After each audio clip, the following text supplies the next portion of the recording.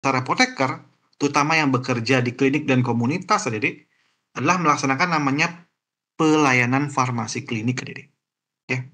Jadi ada 2 tugas besar, ada pengelolaan perbekalan farmasi dan pelayanan farmasi klinik, ya. Terutama bagi apoteker-apoteker di komunitas dan klinik, ya. Nah, tugas kedua ini, Adik-adik, itu ada banyak, Adik-adik, ya. Salah satunya adalah monitoring efek samping obat, ya.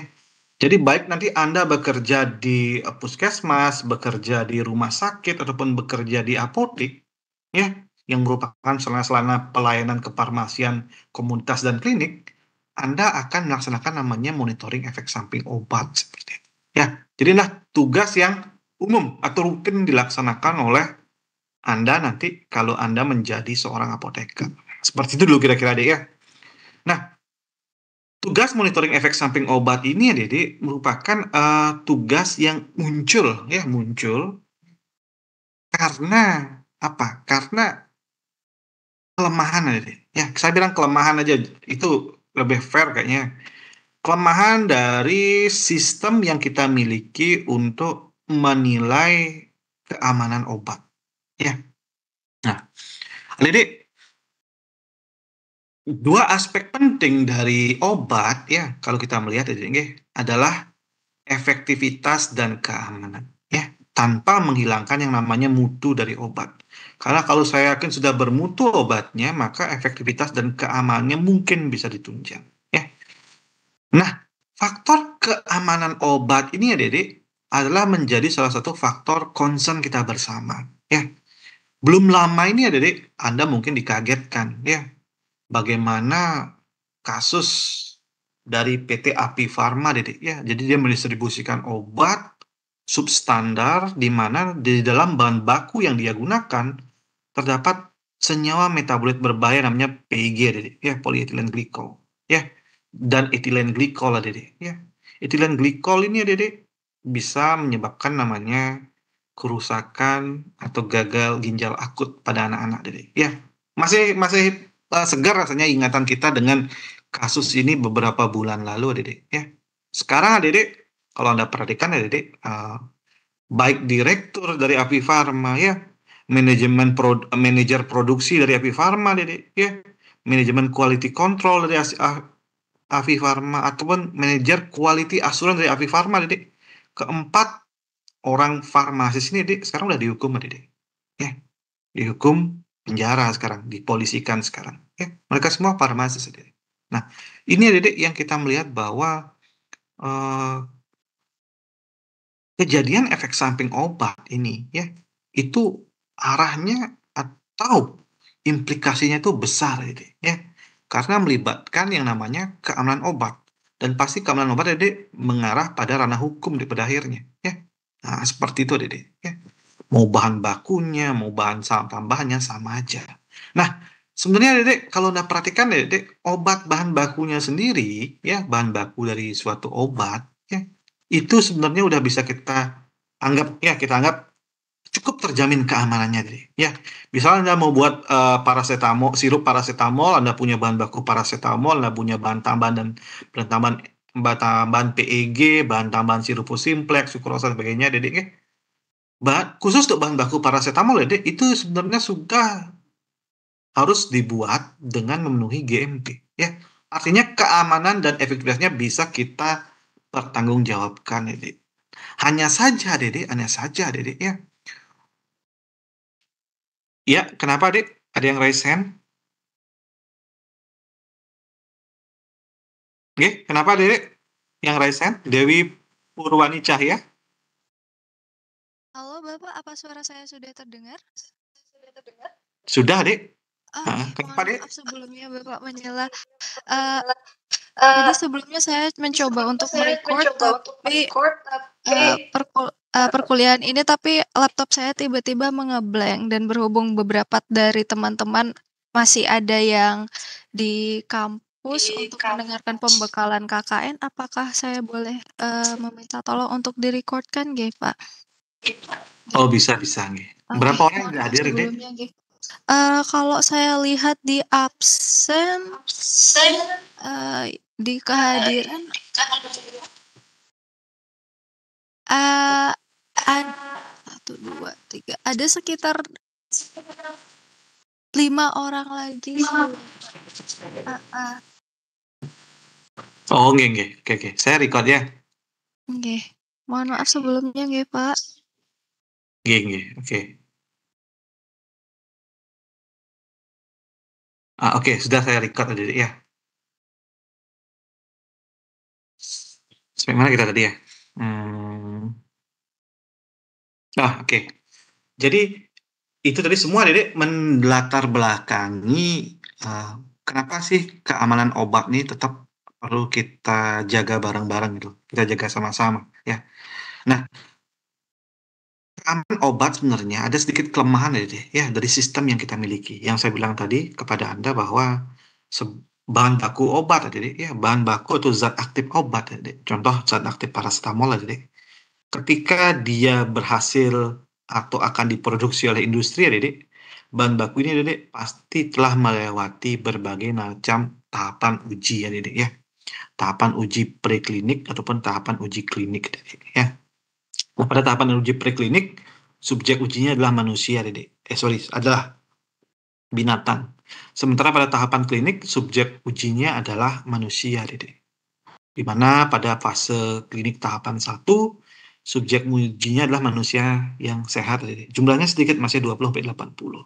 Biasanya pada tahapan 1 ini yang dideterminasikan apa? Keamanan. Kita evaluasi keamanan, evaluasi dosisnya, evaluasi efek-efek samping yang mungkin muncul, ya.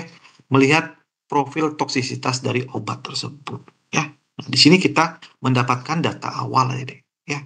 Kemudian kita masuk ke tahapan uji klinik fase 2. Tahapan uji klinik fase 2 ini, Dedek, yang diujikan adalah orang-orang yang sudah memiliki penyakit yang ditujukan atau diindikasikan oleh obat tersebut. Ya, contoh kalau paracetamol, orang-orang yang ngalamin demam, ya, atau diinduksi untuk mengalami demam, Dek, seperti itu. Ya, ini diuji ya, Dedek, untuk ngecek apa sih yang diuji, dicari efek klinisnya seperti apa, ya, dan juga menemukan apa sih efek samping dari obat yang mungkin muncul pada dosis terapi seperti itu, ya. Nah, jumlah volunteernya pun tambah banyak, Dedek. Ya, ratusan orang di sini volunteernya. Ya. Sementara pada uji klinik fase 3, Dedek, ya ini untuk mengkonfirmasi, Dedek, efikasi dan keamanan obat. Ya, subjeknya lebih banyak, 1.000-3.000 orang yang sakit, Dedek. Ya. Ini untuk mengkonfirmasi benar, apakah benar ada efek samping atau sejauh apa keamanan dari obat tersebut, sejauh apa mungkin efikasi dari obat tersebut, Dedek. Ya, barulah, Dedek, ya, setelah tahap 3 selesai, ya, ini ya, Dek, obat udah mulai bisa diedarkan. Tapi dengan syarat. Dengan syarat adalah produsen obat tersebut melakukan uji klinik fase 4. Ya, yang ditujukan pada siapa? Pada orang-orang di setting asli, di setting klinis asli. Ya, ditujukan pada mereka didata. Nah, Adik, ternyata Dedek sebelum masuk ke uji klinik fase 4, Adik, fase 1, 2, dan 3, gitu. Saat obat berhasil mendapatkan izin edar setelah fase 1, 2, 3, Dedek, ternyata ada kelemahan-kelemahan yang muncul, Dedek. Ya. Kelemahan-kelemahan tersebut seperti apa ternyata? Seperti ternyata subjek penelitian, Dedek, yaitu manusia pada saat fase 1, 2, dan 3 uji klinik itu kurang beragam, Dedek. Ya. Kurang beragam, ya. Mungkin cuma hanyalah beberapa tempat aja, ya. Kenapa kurang beragam? Karena subjeknya dipilih, Dedek. Sehingga keberagamannya dikurangi, Dedek, agar bisa menggeneralisasi data statistik yang akurat nanti untuk menyatakan efikasi dan keamanan obat. Ya. Ini menjadi suatu kendala, Dedek. Karena pada setting klinis sebenarnya, Dedek, subjek itu berbeda-beda, Dedek. Ya. Kita Indonesia aja berapa suku ada, dan mungkin masing-masing suku bisa menghasilkan efek samping obat yang berbeda-beda, ya, tergantung predisposisi genetik dari masing-masing suku tersebut seperti itu, ya. Nah, kemudian subjeknya, Dedek, biasanya di bawah 5.000 orang, Dedek. Ya, sehingga, Dedek, untuk efek samping obat yang jarang terjadi itu susah banget untuk terdeteksi, ya, pada uji klinis fase 1 dan 2.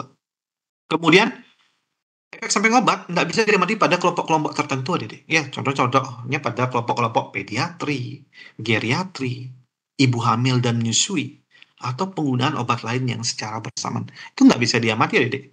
pada uji klinik fase 1-3. Sehingga uji klinik fase 4 lah menjadi solusi untuk mengamati itu. Ya, itu pun tapi masih mengalami keterbatasan.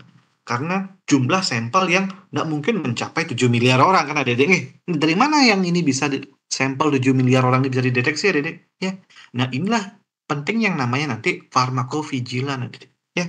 Jadi yang mendeteksi ya Dedek, kita yang ada di dalam setting kefarmasian di rumah sakit, di apotek, di puskesmas, untuk di Indonesia, Dedek, itulah yang berperan-peran penting ya, Dedek, untuk melakukan farmakovigilan ini. Ya.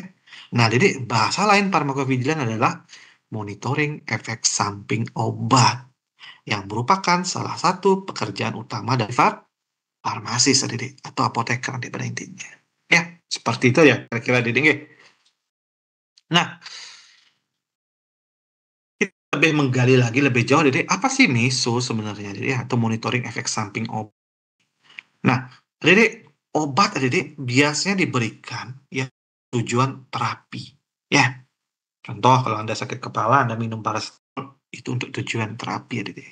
Ya, obat, Dedek, bisa diberikan juga untuk tujuan profilaksis. Ya, contoh kalau Anda mau datang ke tempat yang endemik malaria, Dedek, Anda diberikan dulu obat-obat anti malaria untuk mencegah atau mengurangi peluang Anda terkena penyakit malaria di tempat tersebut, Dedek. Seperti itulah kira-kira, Dedek.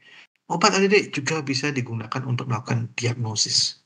Ya, contoh regen obat tertentu, ya, untuk kontras, ya, untuk pengamatan UV, ya, untuk kontras-kontras tertentu, Dedek, atau regen-regen obat radiofarmak, itu bisa digunakan untuk membantu diagnosis, ya, seperti itu. Atau mungkin obat yang memodifikasi fungsi fisiologis.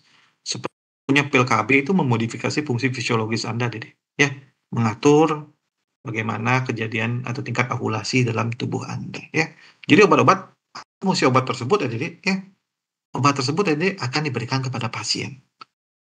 Dan obat yang diberikan kepada pasien, Dedek, ya, pada pasien, ya, kadang-kadang ada saja, Dedek, efek samping obat yang terjadi pada pasien tersebut.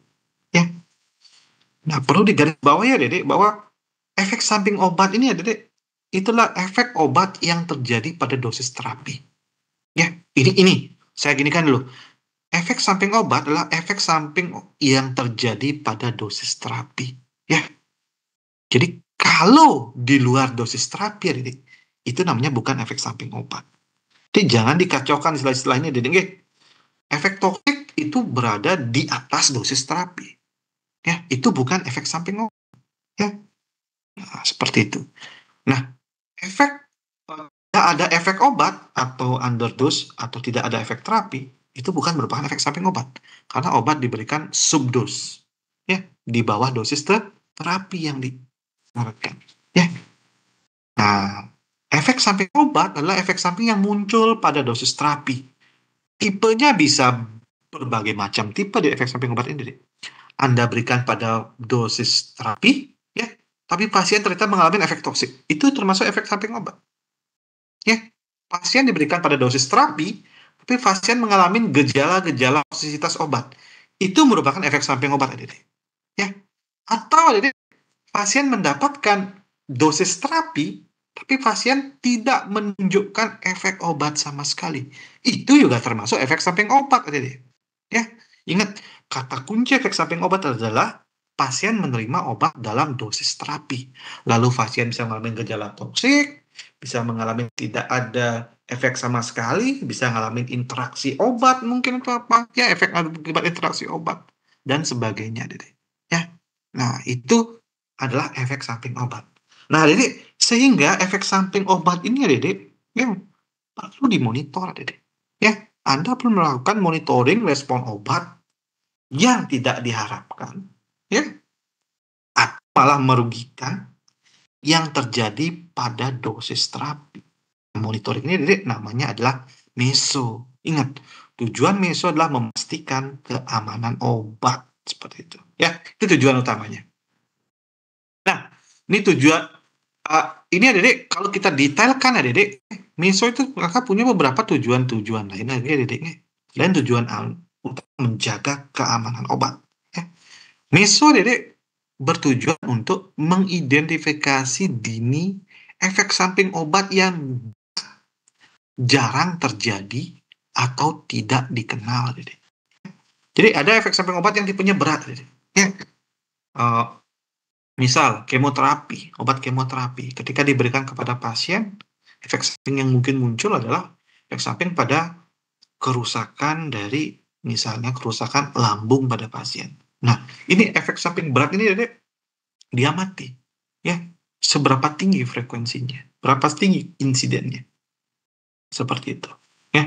Atau efek samping yang mungkin jarang terjadi ya, Dede. Contohnya, ketika Anda meminum yang namanya obat antibiotik, ya, golongan cefadroxil, ya, apakah mungkin namanya trombositopenia, Dede? Ya. Jadi, trombosit Anda berkurang, ya. Nah, kalau itu terjadi, Dede, itulah Anda mendeteksi efek samping obat yang jarang terjadi. Hanyalah sekian persen tingkat kejadiannya, Dede. Tidak sering terjadi. Ya. Ini kadang-kadang ya persentase kejadian ini, ini kadang-kadang sering disalahartikan ya deh. Ya, saya sering tuh melihat ketika beberapa orang menyampaikan efek samping obat, wah semua efek sampingnya dijelaskan itu. Ya, kalau kayak gitu Dedek, pasien lari ya Dedek ya kalau dengar efek samping seperti itu Dedek.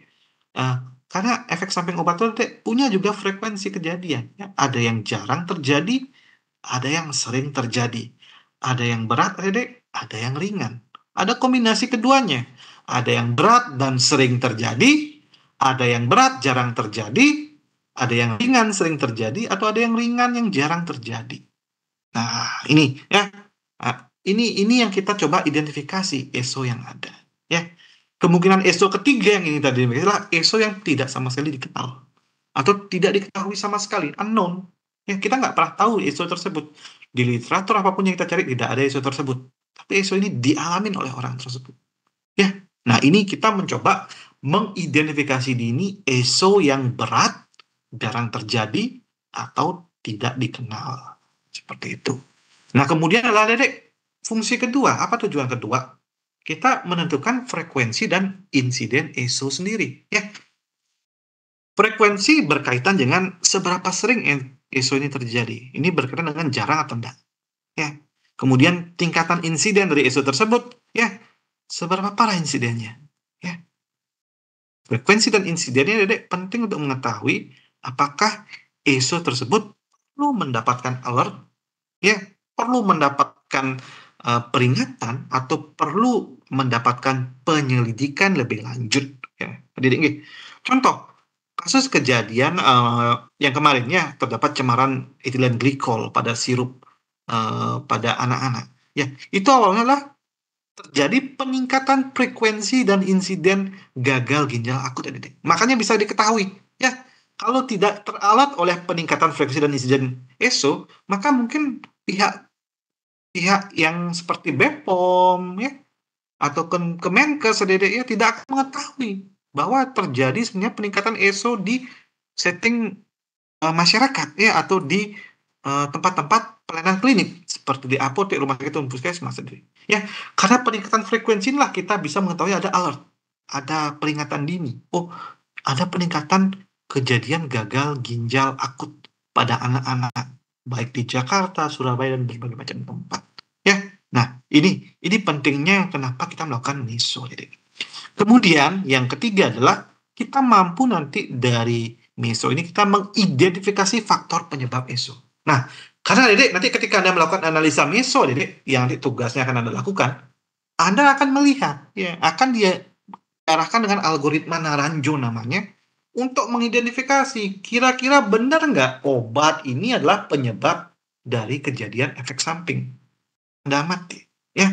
Nah, itu nanti ada algoritmanya sendiri, ya, untuk memastikan benar nggak bahwa ESO yang ada, ya, merupakan efek samping dari yang kita curigai. Ya. Nah, ini untuk mengidentifikasi faktor-faktor obat apa yang menyebabkan ESO. Ya, bisa gara-gara faktor intrinsik obat tersebut, ya, faktor dari pasien, jadi, atau mungkin ada interaksi obat lainnya yang diberikan secara bersamaan dengan obat tersebut. Seperti itu. Ya. Nah, terakhir, Dedek, adalah ini. Kita benar-benar memberikan dampak pada keamanan obat, yaitu adalah meminimalkan resiko dan mencegah keberulangan ESO.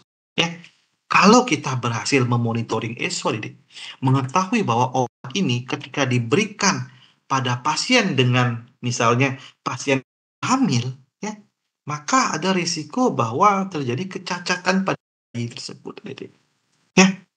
Oh, kita bisa menyatakan bahwa obat yang diberikan bersama dengan ibu hamil bisa meningkatkan risiko.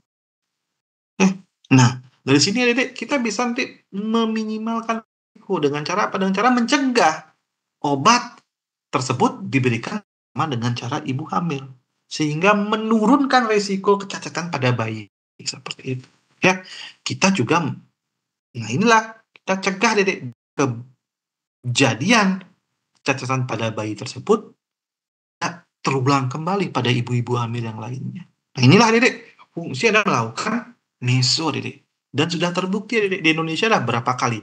Nanti kita lihat terakhir berapa kali meso ini akhirnya menyebabkan penarikan macam obat, ya, penarikan berbagai macam obat di luar, ya.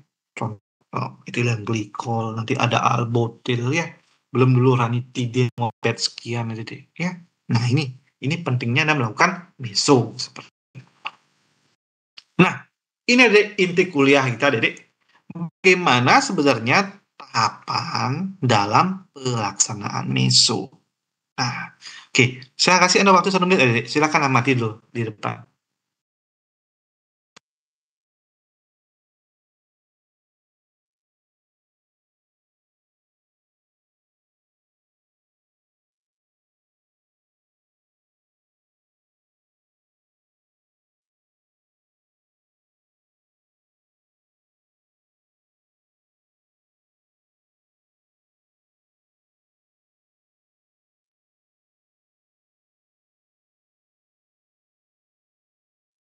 Sudah ya? Oke. Dari ini ya, Anda bisa mengamati tahapan-tahapan untuk mengerjakan meso itu apa. Sebenarnya ada 4 tahapan utama, Anda kalau cari berbagai macam literatur, Anda bisa menemukan tahapan yang sedikit-sedikit berbeda. Tapi saya pakai buku dari Meyer untuk mengklasifikasikan tahapan-tahapan tersebut, ya, agar Anda bisa nanti mendapatkan gambaran umum tahapan utamanya apa aja sih, ya. Tahapan pertama mendeteksi ESO, ya. Deteksi ESO ini bisa dilakukan secara pasif sebenarnya, ya, ataupun dilakukan secara aktif. Secara pasif, Anda mendapatkan informasi dari dokter, dari perawat, atau informasi dari pasien langsung. Nah, tugas Anda adalah memastikan, bahwa memang efek samping obat tersebut terjadi pada dosis lazim. Itu kuncinya, ya. Tugas Anda adalah kalau dapat informasi dari dokter, dari perawat ataupun pasien, Anda memastikan bahwa ketika Anda wawancara, Anda memastikan bahwa obat diterima oleh pasien dalam dosis lazim. Ya, itu penting sekali, Kemudian, Anda bisa lakukan deteksi ESO secara aktif, ya. Dengan cara apa? Dengan cara melihat hasil PTO atau rekam medik, ya. Anda melihat hasil pemantauan terapi obat atau rekam medik dari orang tersebut, ya. Kita sudah belajar PTO kemarin, bagaimana cara membuat PTO.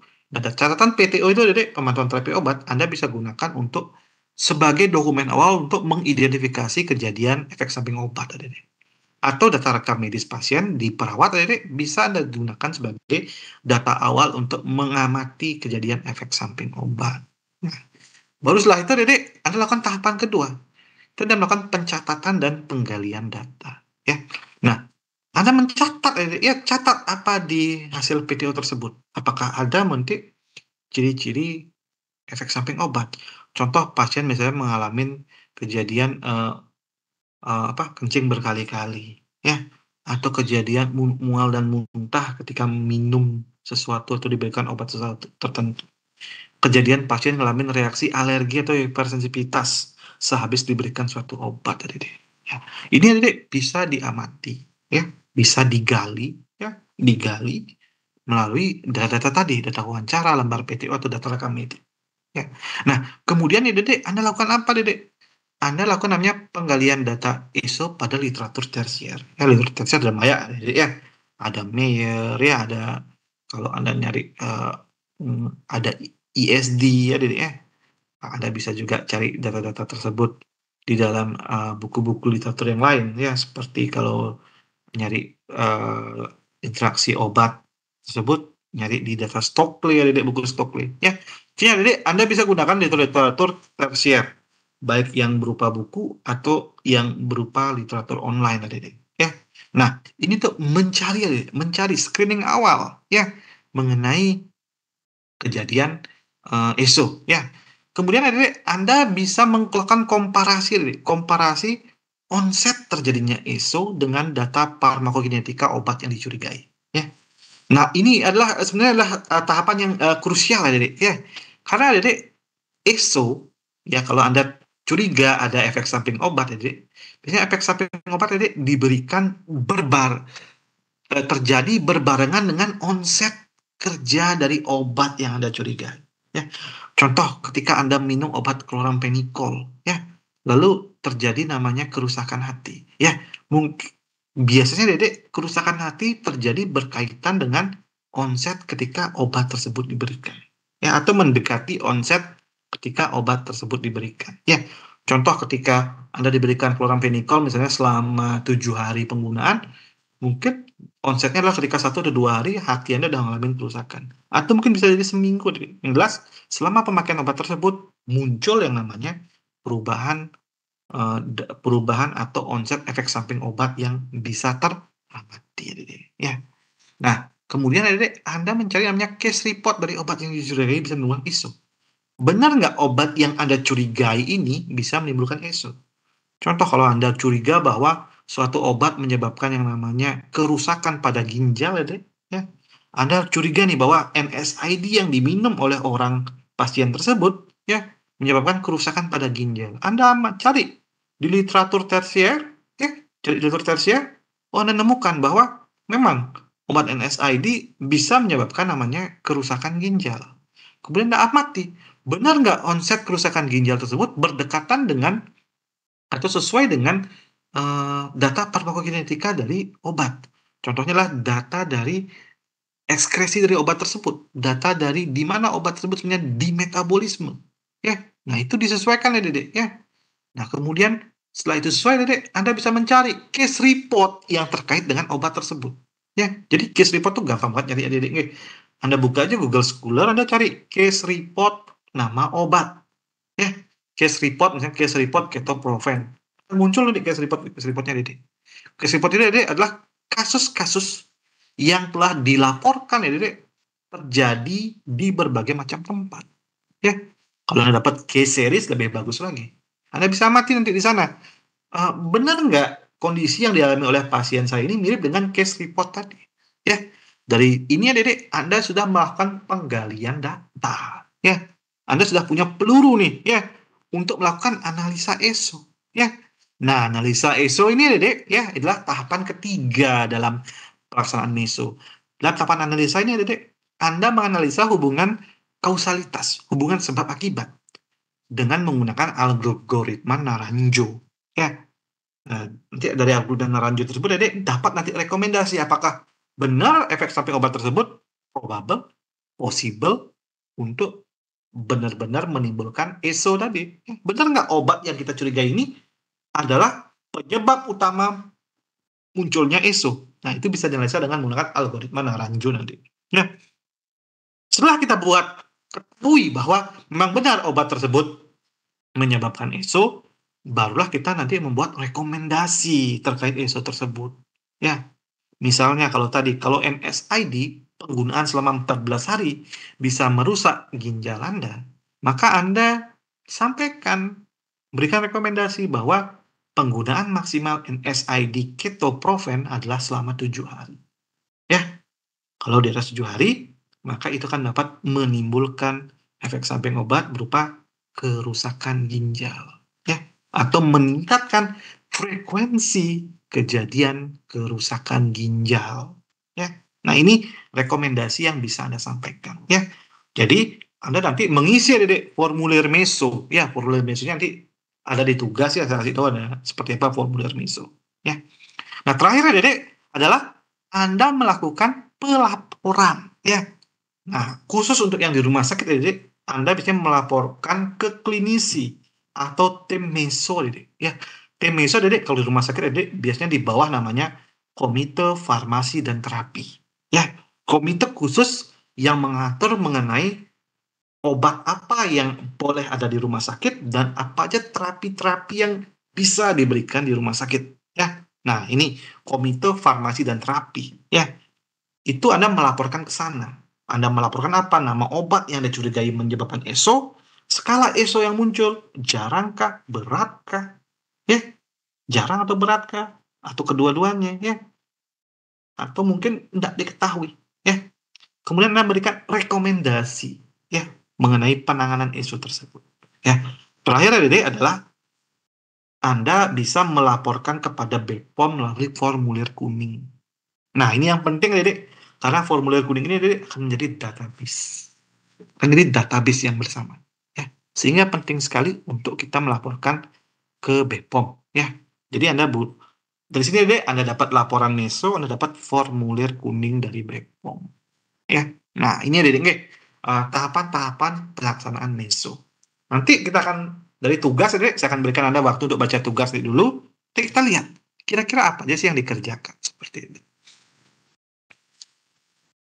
Nah, Adik-adik, apa yang bisa dilaporkan saat Anda melaporkan nanti ke BPOM atau ke tim meso KFT? Ya. Nah, Adik-adik, untuk obat yang baru, Adik-adik, Anda bisa melaporkan seluruh efek samping obat yang mencurigakan, termasuk ESO yang ringan. Ya. Nah, ESO yang ringan ini, Adik, sebenarnya bisa Anda sampaikan juga ya. Terutama, Adik, kalau dia tidak pernah terjadi sebelumnya, unknown.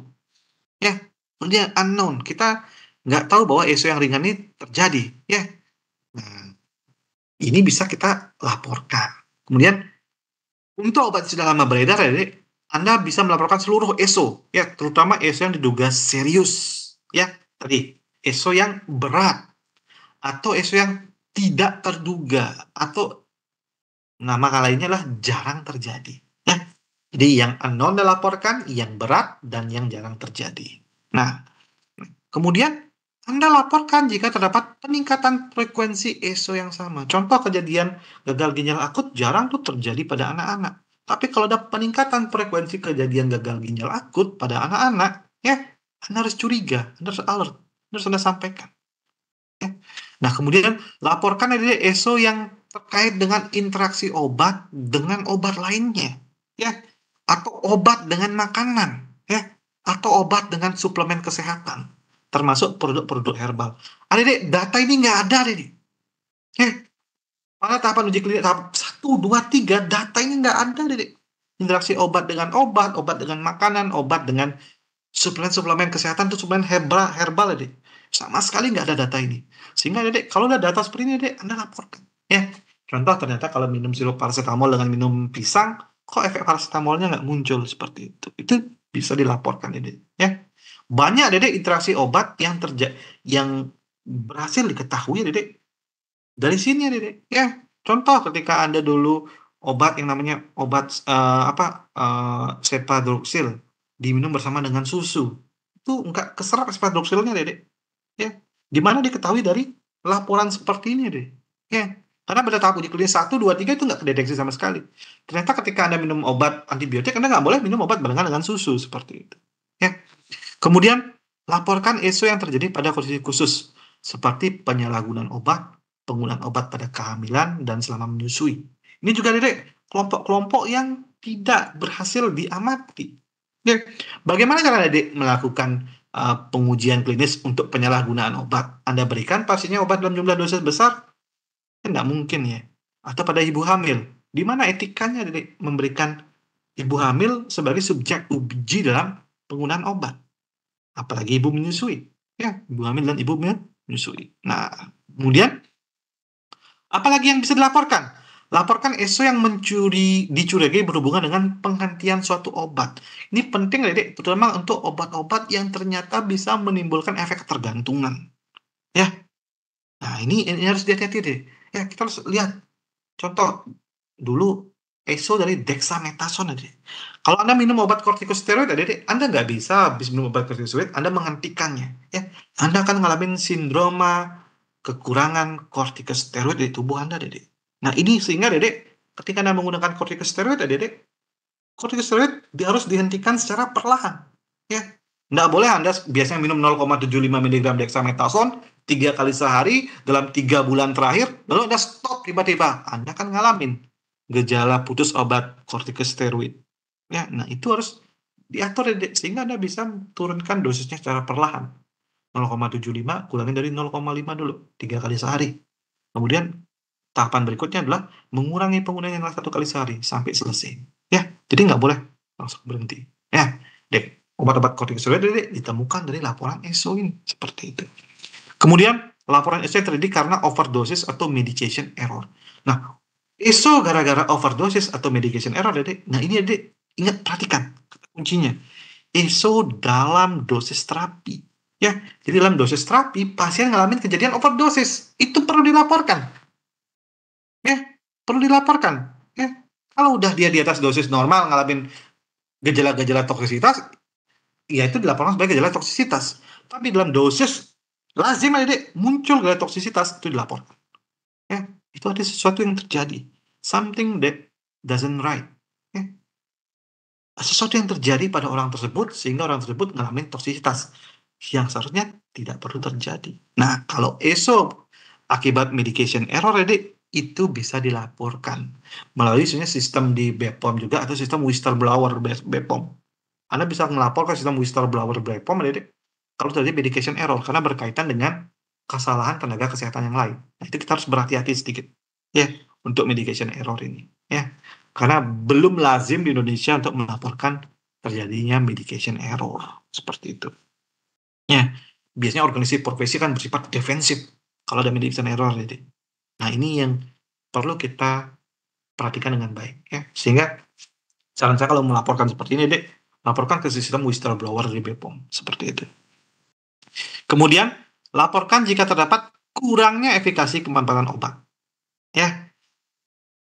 Nah, ini yang saya bilang tadi, Dek. Kalau Anda memberikan obat dalam dosis terapi, lalu tidak muncul efek sampingnya, Dek, itu juga termasuk ESO, Dek. Ya, artinya apa?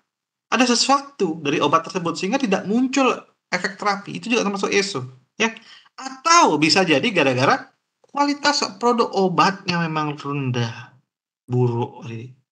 Nah, ini perlu dilaporkan juga sebagai ESO. Ya, seperti itu. Nah, ini aja yang mungkin perlu dilaporkan. Rincinya seperti ini, Dedek. Anda menampilkan informasi pasien seperti apa, usia, beragam jenis kelaminnya, kemudian Anda mendeskripsikan ESO-nya seperti apa, tanggal terjadinya ESO, tanggal dilaporkannya ESO, hasil tes laboratorium atau tes yang mendukung, informasi riwayat pasien yang relevan, terus kemudian kapan ESO tersebut berakhir. Ya, kemudian untuk obat yang curigai, Anda tampilkan nama obatnya apa, zat aktif dan merek dagangnya harus ditampilkan, Dek. Karena ini penting, Dek. Ya, untuk sebagai penelusuran nanti. Ya, janganlah menampilkan zat aktifnya aja, termasuk merek dagangnya harus ditampilkan. Kemudian dosis dan frekuensi dan rute pemberian, tanggal mulai penggunaan obat, ya, apakah sesuai dengan tanggal terjadinya ESO atau mungkin lambat sedikit, Dek, mundur sedikit. Dikasih obat, informasi dan ESO membaik setelah obat dihentikan atau dikurangi dosisnya, ya. Jadi kalau Anda hentikan penggunaan obat, Anda kurangi dosisnya, membaik nggak ESO-nya, ya. Kalau ada informasi tersebut, Anda masukkan dalam informasinya. Nomor batch yang dicurigai adalah untuk trace nanti, ya, sampai ke industrinya. Kemudian, apakah ESO muncul ketika obat diberikan kembali, ya. Jadi kalau tadi ada hentikan, ESO-nya muncul apa enggak? Sekarang kalau Anda kasih obatnya, muncul nggak ESO-nya lagi? Ya, seperti itu.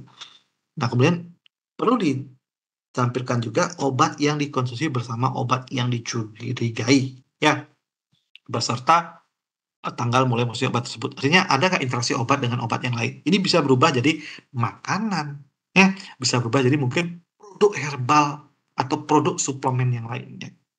Nah, kemudian informasi lainnya adalah tampilkan nama Anda siapa, kemudian pekerjaan dan profesi Anda. Adik-adik, dalam melaporkan ESO, Adik-adik tidak harus apoteker yang bisa melaporkan ESO, ya.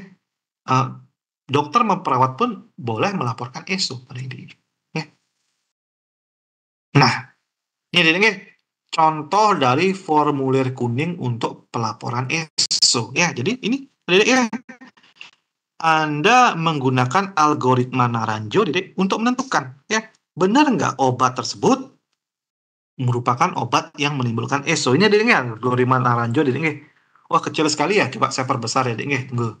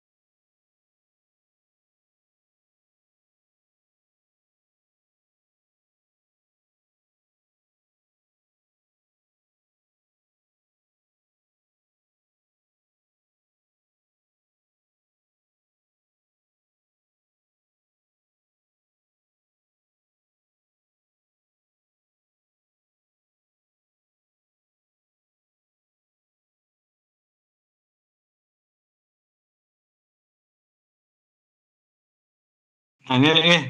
Aduh, udah kelihatan juga nih. Nah, ini, oke, saya jelaskan aja secara pelan-pelan, nggak kelihatan juga ya ternyata ya. Nah, intinya begini ada 10 pertanyaan dalam algoritma Naranjo ya. 10 yang dalam algoritma Naranjo, di mana nanti Anda memberikan skor ya, skor dari masing-masing algoritma tersebut ya. Jadi kalau skor yes ada nilainya ada 1, 2, 1 dan bahkan ada nilainya yang -1 dan -1 inilah skor-skornya ya. Kemudian kalau jawabannya tidak atau no ada skor-skornya juga. Kalau Anda tidak ketahui juga ada skornya 0 semua Nah, ini perhatikan skor-skor ini Bagaimana cara akan menganalisa yang namanya kejadian ESO dengan algoritma Naranjo ya. Tadi tahapan 1 sampai 4 ya. Tahapan 1 sampai 4.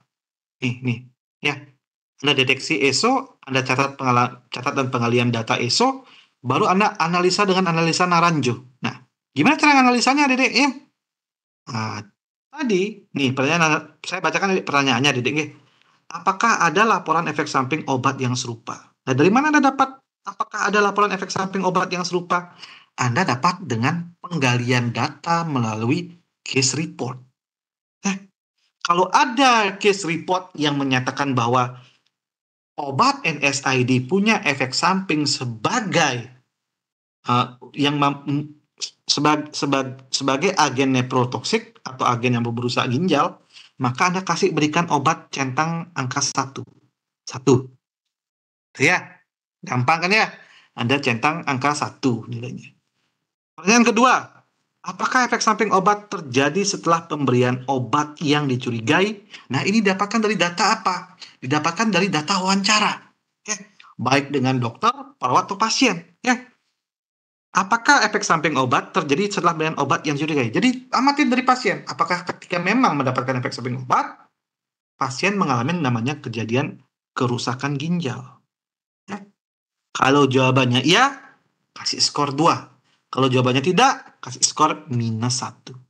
Ya. Ketiga, apakah efek samping obat membaik setelah obat diberikan atau antagonis khusus apakah efek samping obat membaik setelah obat dihentikan atau antagonis khusus diberikan? Nah, ini ya. Apakah obatnya kalau dihentikan, kondisi pasien efek sampingnya membaik? Atau kalau dikasih antagonis lain, efek samping obat hilang. Nah, ini perlu diamati ya. Kalau jawabannya iya, dapat 1. Kalau jawaban tidak, dapat poin 0. Ya. Apakah efek samping obat terjadi berulang setelah obat diberikan kembali? Ya. Nah, kalau diberikan obat tersebut kembali yang tadi Anda hentikan, ya, kalau obatnya dihentikan lalu diberikan kembali obat yang sama, apakah ESO-nya muncul lagi? Kalau iya jawabannya 2, kalau tidak jawabannya -1. Ya. Apakah ada alternatif penyebab yang dapat menjelaskan kemudian terjadinya efek samping obat? Nah, data ini dapat dari mana, Dedek? Bukan dari wawancara terekam ini, Dedek. Data ini dapatkan dari studi literatur. Ya, Anda studi literatur tuh.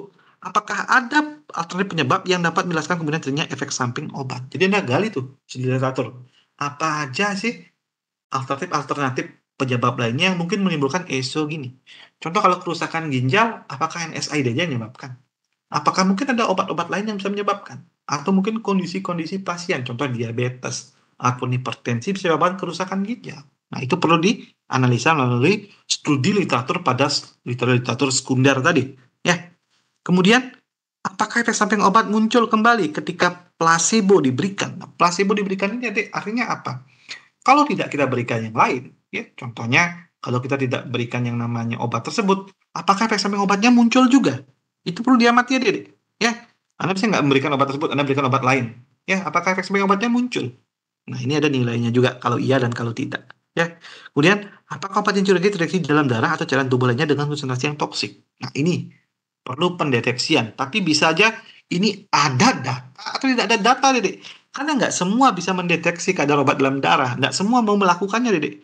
Dalam setting klinik di Indonesia, Dedek, ini jarang digunakan. Kecuali memang obat-obat yang terkait dengan kemoterapi. Baru bisa digunakan, Dedek. Kemudian, apakah efek samping obat bertambah parah ketika dosis obat ditingkatkan? Atau bertambah ringan ketika dosis obat diturunkan? Ini dari data apa ngambil? Dari data rekam medis, Dedek. Kalau dosis obatnya ditingkatkan, apakah tambah parah? Kalau dosis obat diturunkan, apakah berkurang efek sampingnya? Tidak mengetahui, Dedek, apakah efek samping obat ini tergantung dosis apa enggak? Apakah dia dose related or no? Ya.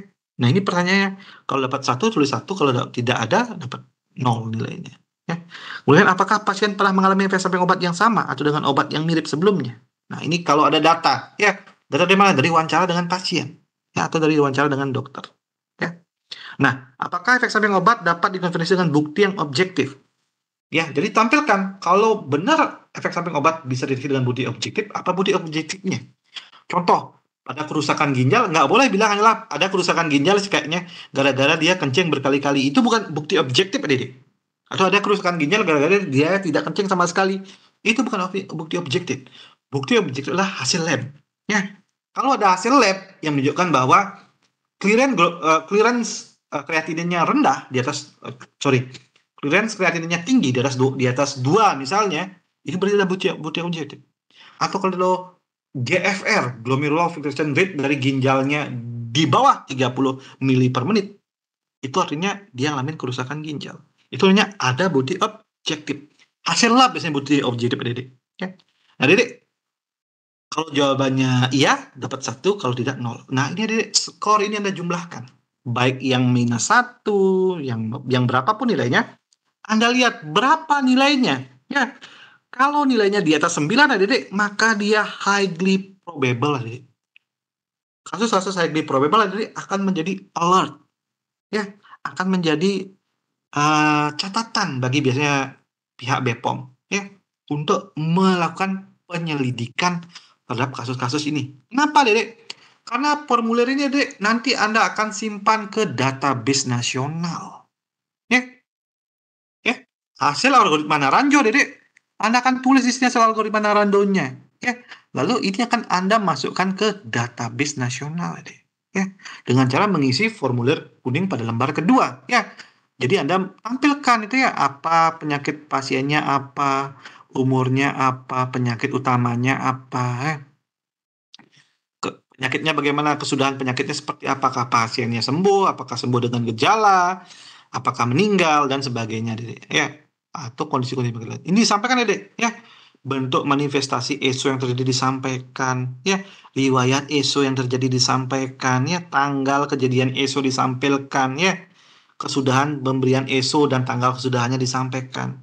Riwayat ESO yang pernah dialami sebelumnya disampaikan, Dedek. Obat yang ngalamin ESO disampaikan dengan rinci, Dedek. Ya, nama dagangnya apa, nama generiknya apa, bentuk sediaannya apa, ya, nomor obatnya bentuk JKN apa enggak, nomor batch obatnya berapa, ya, apa obat yang dicurigai, ya, pemberiannya bagaimana, cara pemberiannya apa, dosisnya bagaimana, tanggal mulainya kapan diberikan obat, tanggal akhirnya apa, indikasinya apa.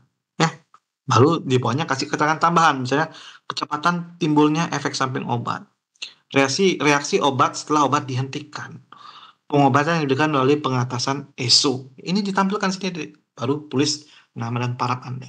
Data ini, Dek, akan dimasukkan dalam database nasional, lalu nanti akan digunakan oleh BPOM. Digunakan untuk apa? Digunakan untuk memantau peningkatan keamanan obat bagi pasien. Ya, jadi BPOM akan mengerahkan, meng-SK-kan tim khusus, Dek, untuk menyelidiki data-data ini, Dek. Ya, tiap tahun itu terjadi, Dek. Ya, sehingga, Dek, kalau Anda amati, Dek, dari tahun ke tahun, Dek, ada kasus-kasus besar, Dek, yang berhasil diselesaikan oleh BPOM, Dek. Ya, misalnya nih, tahun 2001, Rovecosip dipasang tahun 2001, tahun 2024 udah ditarik adik-adik oleh BPOM. Ya, kenapa? Karena ternyata Rovecosip ini adik-adik ESO-nya meningkatkan risiko kardiovaskular berupa serangan jantung. Mohon maaf adik-adik.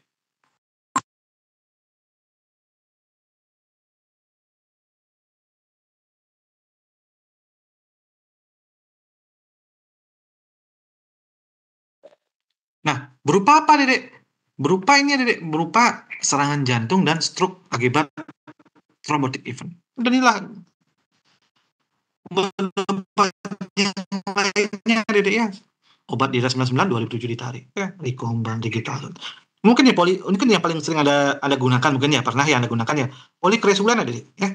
Polikresulen yang digunakan sebagai cairan obat luar konsentrat. Contohnya albutil medisio adik-adik. Ini tahun 2018 kemarin ditarik adik-adik karena menyebabkan hanya chemical burn dan efek samping yang serius pada pengobatan sariawan ya. Orang yang ngobatin sariawan adik dengan menggunakan polikresulen adik malah tambah rusak adik ya. Mukosa-mukosanya tambah rusak sehingga kejadian sariawannya berulang kembali adik ya. Sehingga obat yang dari tahun 1972 diedarkan adik nih ya 72 adik. Ini mungkin orang tua Anda baru pada lahir nih 1972 nih ya.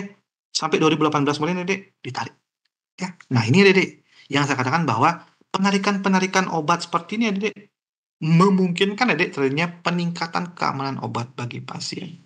Termasuk obat ranitidin ya, termasuk kemarin obat-obat sirup ya, sirup-sirup penurun demam anak adik itu berhasil ditarik adik ya, sehingga meningkatkan keamanan obat bagi pasien. Inilah tujuannya penggunaan meso sebenarnya ya. Nah adik biar mendapatkan gambaran yang lebih detail adik komprehensif mengenai meso adik, saya akan berikan ada tugas PTO dan meso adik ya. Nah, tugas ini adik nanti dikumpulkan 19 Juni pukul 24.00. Tugas ditulis dengan tangan lalu di-scan dalam bentuk file PDF dengan nama kelas NIM dan nama. Kemudian tugas dikumpulkan pada link G Drive. Nah, setelah Anda mengumpulkan tugas ini adik, baru saya akan berikan tugas kasus. Ya, seperti itu kira-kira. Oke. Kita lihat tugasnya.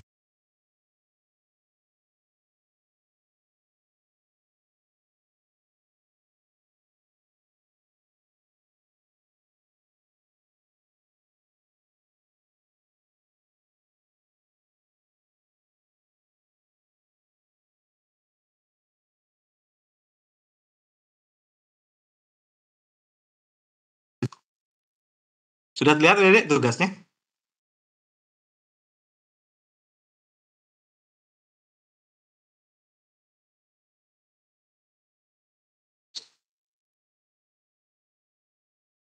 Adik-adik, sudah terlihat tugasnya? Oke, sudah ya.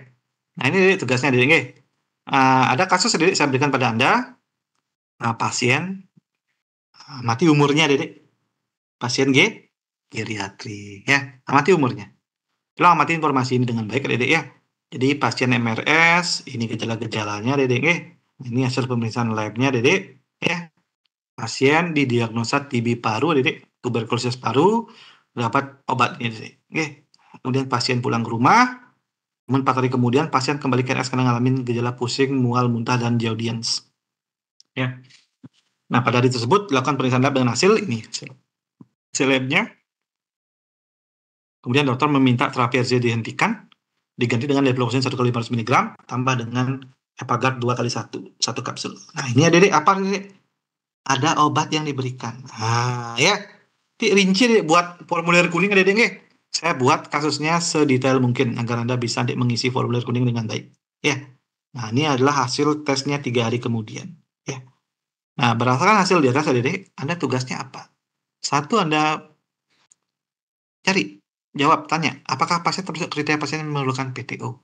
Nah, kalau iya, bagaimana? Ya, jelaskan. Ya. Kemudian identifikasi permasalahan obat yang dialami oleh pasien. Definisi permasalahan obat yang dialami pasien ada nggih? Tolong di analisa dengan baik. Ya. Kemudian yang dua, Anda lakukan kajian efek samping obat yang terjadi pada fasilitas dengan mengisi formulir MESO. Nah, formulir MESO ini adalah formulir MESO yang sering digunakan di rumah sakit, Ya, jadi silakan nanti isi dengan baik formulir MESO tersebut. Ya. Yang ketiga, Anda lakukan pelaporan MESO dengan download form dari MESO. Form MESO pada situs Bepom, download dan jelas lembar form kuning MESO yang ada pada halaman tersebut. Ya.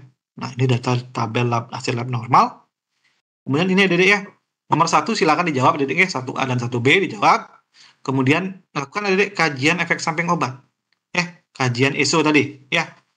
Ini ada isi identitas pasien, gejala ESO, riwayat obatnya seperti apa, investigasi obat yang dicurigai, kemudian asesmennya seperti apa, Ini adalah algoritma Naranjo.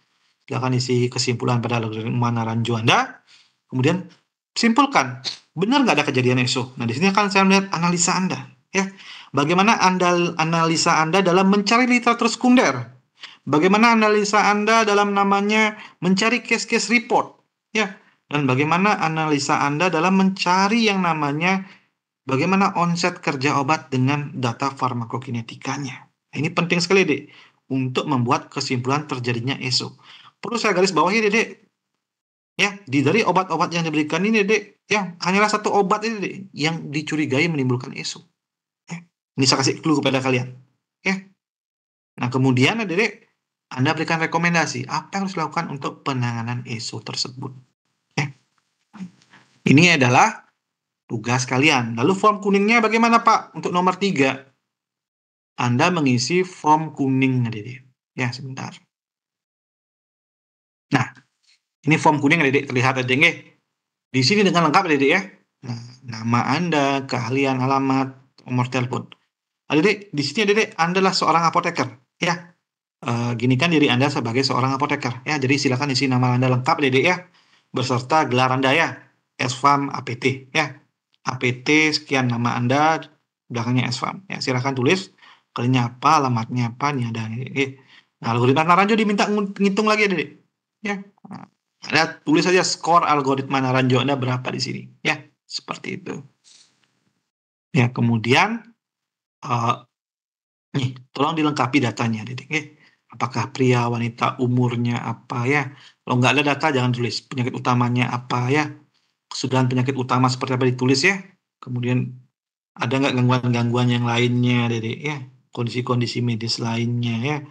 Bentuk manifesto ESO yang terjadi, ya. Apakah ada masalah pada kulit, ada mutu atau kualitas produk obat, ya. Saat mula terjadinya ESO, kesudahan ESO-nya bagaimana, ya. Tampilkan di sini. Riwayat ESO yang pernah dialami seperti apa obat yang dicurigai, tampilkan dengan lengkap datanya. Ya.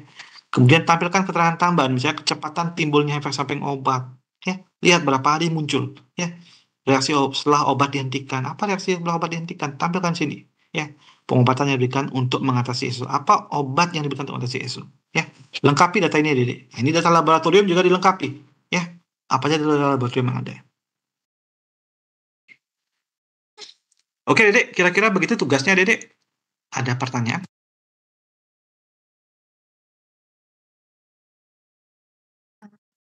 Izin bertanya sedikit, Bapak. Oke, silakan. Terkait materi yang sudah Bapak sampaikan tadi, saya masih ada kebingungan sedikit. Semisal kalau ada pasien datang ke rumah sakit dengan suatu keluhan, kemudian beberapa minggu kemudian dia datang lagi dengan keluhan ada efek samping ini seperti itu. Tapi bagaimana apakah awal pasien itu sudah memang misalnya seperti yang Bapak bilang tadi, mungkin kejadian yang kortikosteroid tadi, ketika pasien ini ternyata memang punya riwayat sering mengkonsumsi steroid, akhirnya mengalami keluhan Addison syndrome yang belum terlihat, lalu ketika datang ke rumah sakit, diberikan suatu obat yang memicu itu kembali baru kelihatan, Bagaimana kita bisa memastikan kalau itu benar-benar dari obat yang diberikan, bukan dari lifestyle, eee, pasien sebelumnya begitu ya, Pak? A apa apakah pertanyaan saya bisa ditangkap nggih? Mohon maaf agak terbelit-belit. Oke, jadi Anda bertanya, kalau saya coba saya terjemahkan pertanyaan Anda ya. Kalau ada orang ngalamin efek samping obat, misalnya gara-gara minum kortikosteroid, betul begitu ya? Ngalamin efek samping Misalnya obat, kemudian dia berhenti, ya, berhenti meminum obat tersebut, lalu mengalami efek samping obat tersebut, begitu kan? nggih, Nah, ketika dia menggunakan lagi, apakah nanti akan muncul efek samping obatnya lagi? Seperti itu. iya, Bapak. Nah, jadi ini kita harus per obat ya, karena kita harus spesifik per obat. Jadi kalau kortikosteroid ya, efek samping obatnya itu muncul ketika penggunaan jangka panjang, lalu kita hentikan, ya.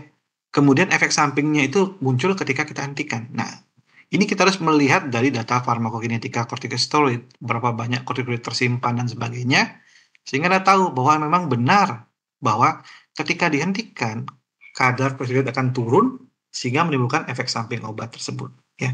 Nah, tapi ketika kortikosteroid diberikan kembali, ya, bukan berarti efek samping obatnya muncul, Dek. Malah hilang efek samping obatnya. Ya nggak? Nggih, Karena betul, Pak. kembali lagi kadar kortikosteroidnya ke normal. Nah, kalau dihentikan lagi ya, Dede, nah di sini Anda bisa mengisi formulir nomor 6 algoritma Ranjo, ya. Jadi kalau dia di obat tersebut diberikan, ya, efek samping nggak muncul. Tapi ketika dihentikan efek samping muncul. Berarti ada ketergantungan di sana. Ya, itu harus dilaporkan itu. Ya. Nah, jadi caranya melihat bagaimana? Cara melihat adalah dengan melihat ketika dia menghentikan penggunaan obat tersebut lagi. Kalau kejadian ini berulang-ulang, Dede, Anda bisa yakin bahwa itulah efek samping obat dari dexamethasone yang dialami oleh pasien, bukan gara-gara faktor lain. Ya. Tapi kalau Anda tidak yakin juga, ya, bahwa mungkin saja Pak dia meminum obat lain, mungkin saja Pak dia meminum herbal lain yang mungkin mengandung dexamethasone, kita nggak tahu ya.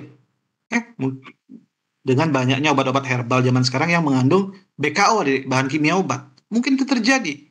Kalau Anda tidak yakin dengan hal tersebut, jadi Anda boleh mengisi keterangan tidak tahu dalam algoritma Naranjo.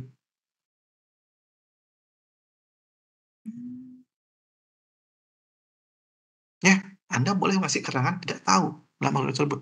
Boleh, nggak ada problem dengan itu, Dede. Ya, kalau Anda yakin Anda punya data yang menyatakan bahwa kejadian berulang penggunaan obat menimbulkan efek samping, baru Anda isi keterangan algoritma Naranjo. Tapi kalau tidak yakin, karena nggak tahu Anda dengan riwayat obat seperti apa, ya, sebelumnya, atau gara-gara dia pasien lewat jalan misalnya, ya Anda nggak tahu dia minum obat apa aja di luar sana, Anda boleh kok ngasih keterangan unknown, nggak tahu. Ya, kalau Anda emang nggak benar-benar yakin dalam melaporkan hal tersebut.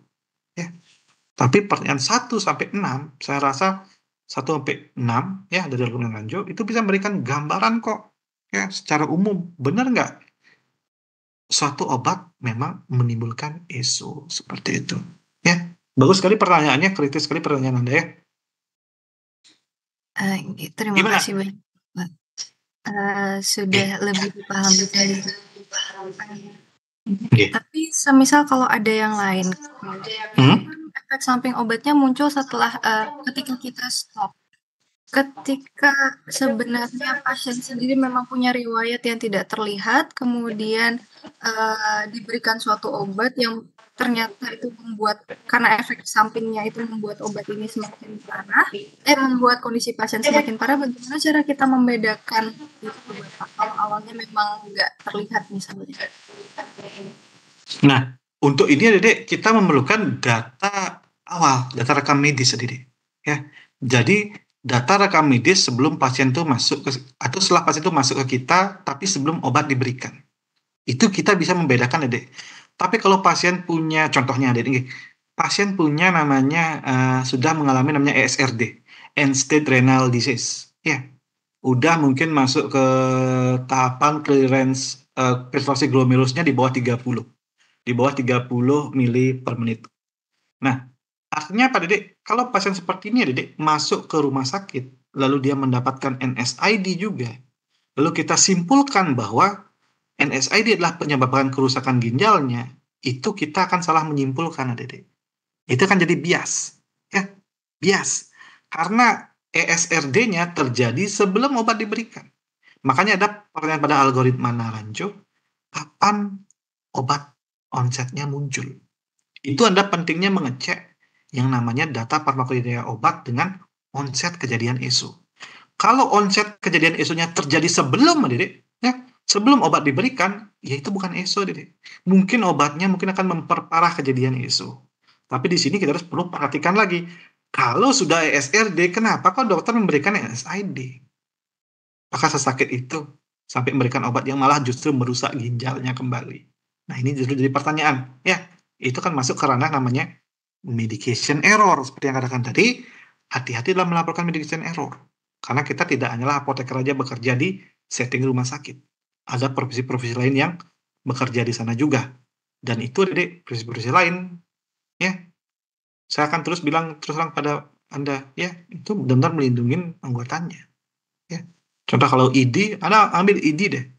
ID nggak akan mungkin tuh menjadikan kasus besar. Bisa-bisa berakhir dalam komite farmasi dan terapi kasus Anda. Ya. Sehingga kalau seperti itu terjadi, deh, jalurnya lain. Ya. Anda gunakan jalur whistleblower dari BPOM, saran saya. Kalau memang itu terjadi. Tapi langkah baiknya didiskusikan dulu dengan tenaga kesehatannya, seperti apa solusi-solusi itu, rekomendasi yang bisa Anda berikan. Ya. Baru kalau ada indikasi bahwa rekomendasi tersebut tidak dilaksanakan dengan alasan yang kita anggap tidak sesuai secara ilmiah, tidak berdasarkan evidence base, baru Anda bisa melaporkan ke sistem whistleblower di BPOM. Ya, itu sih saran saya untuk cara paling bijak untuk mengatasi ini. Tapi langkah baiknya bisa dikomunikasikan dengan baik ke tenaga kesehatan. Itulah, Dedek, pentingnya Anda berdiskusi dengan tenaga kesehatan yang lain. Seperti itu kira-kira. Ya, jadi bias. Kita nggak bisa tuh. Kalau penyakitnya udah ada, tapi obatnya juga menimbulkan ESO yang bisa dikompensasi menimbulkan kerusakan ginjal juga, itu kita nggak bisa benar-benar pastikan. Ya. Apakah benar obat tersebut yang menimbulkan ESO? Bisa aja gara-gara kondisi ginjalnya semakin parah. Kira-kira seperti itu, Adik. Terima kasih banyak Bapak, sudah lebih jelas sekarang. Iya. Oke. Yang lain, ada pertanyaan?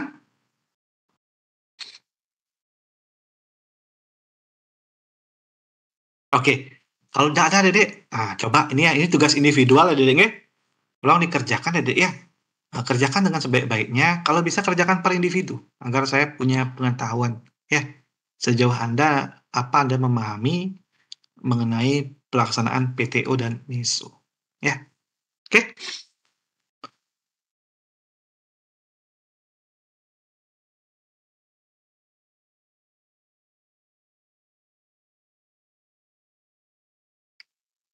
Boleh saya bertanya satu lagi, Bapak? Boleh, silakan. Mohon maaf nih, Bapak tadi sempat menjelaskan kalau algoritma Naranjo itu dianalisis dari obat per obat begitu. Bagaimana kalau kasusnya yang kami itu adalah interaksi obat antara 2 atau 3 obat yang ternyata kalau dikombinasikan baru dia memberikan efek samping? Oke.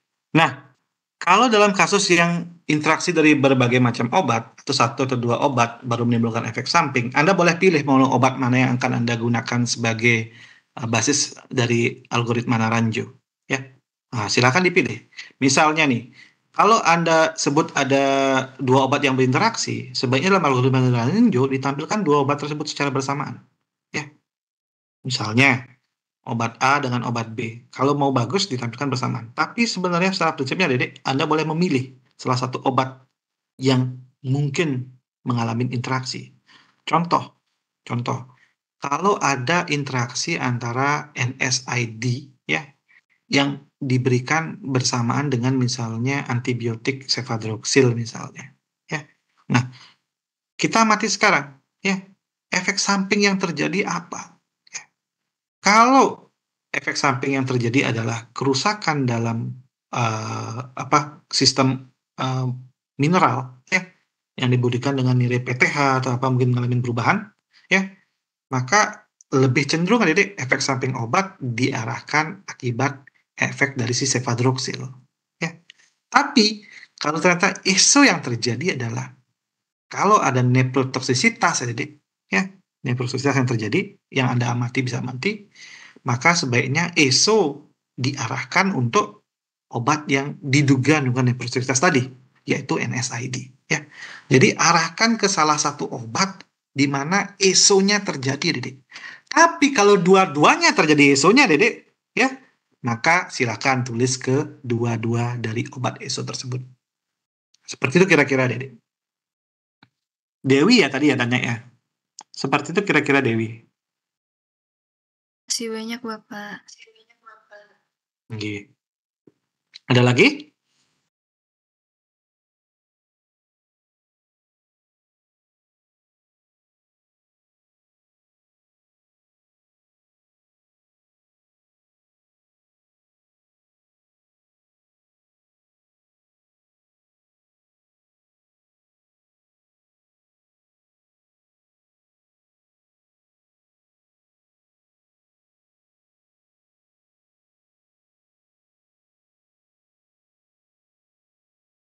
Nah, kalau ada Dedek, kalau gitu Dedek, saya akan akhiri ya Dedek pertemuan kita hari ini ya Dedek.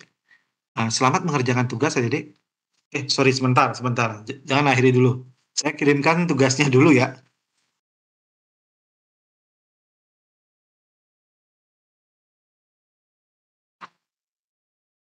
Sebentar Dek, saya kirimkan tugasnya dulu.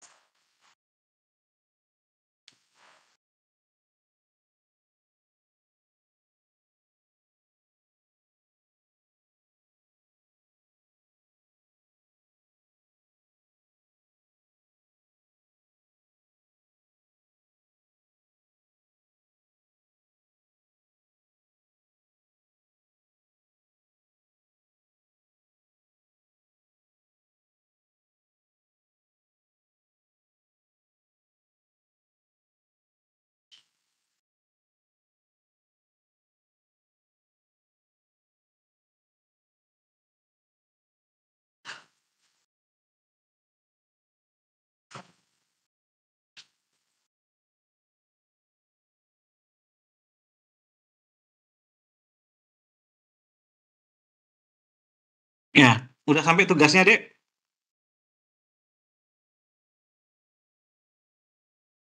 Ya sampun Bapak. Nah, ini saya kirimkan lagi.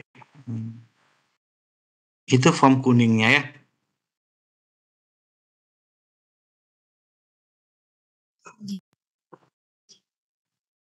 Sudah? Ampun. Ada bisa Ini. forward ke teman-teman lain. Oke, ya. Oke, kalau gitu selamat bekerja Dedek. Sampai ketemu Dedek pada pertemuan selanjutnya. Terima kasih. Masih banyak